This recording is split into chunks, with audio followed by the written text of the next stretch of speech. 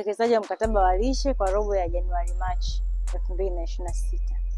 Changamoto nyingine ambayo tunayo katika halmashauri, pia tuna changamoto ya watoto kupata mlo mmoja shuleni, ambapo hapa tunahamasisha na tumepewa maagizo na mkuu wa wilaya kwamba tutumie vitu mbalimbali ambavyo vinaweza kutusaidia kuongeza kasi ya uchangiaji wa chakula shuleni na kufanikisha upatikanaji wa mlo shuleni, ikiwa ni pamoja na kutumia umoja wa walimu na wazazi, yani UWAWA, katika kuhamasisha michango ya wazazi, lakini vile vikao ambavyo vinafanyika kila robo na kila mwezi, aidha kwenye ngazi ya madarasa au ngazi ya shule nzima, vifanyike kwa kushirikisha pia watendaji wa kata, afisa maendeleo ya jamii pamoja na maafisa elimu kata, ili kuweza kuongeza kasi ya uchangiaji wa chakula shuleni.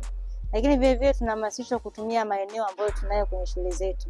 Kuna shule ambazo zina maeneo makubwa, tunaweza tukalima mazao mbalimbali ikiwa pamoja na mihogo, mpunga pamoja na mahindi, na watoto wetu pia wakapata lishe kupitia mazao hayo.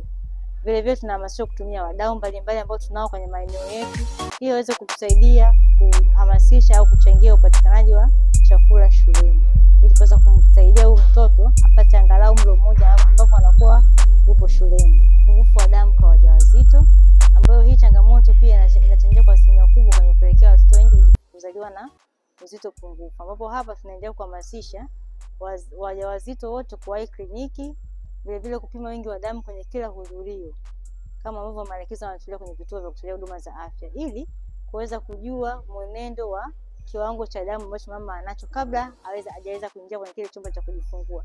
Tunatamani mama mjamzito mpaka anapoingia leba au kile chumba cha kujifungua awe na damu angalau 12 gram per deciliter.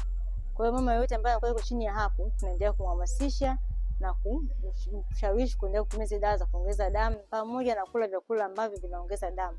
Tarehe 1 mpaka tarehe 30 ya mwezi wa 6 na tarehe 1 mpaka tarehe 31 mwezi wa 12 ni mwezi wa maadhimisho ya mwezi wa afya na lishe ya mtoto.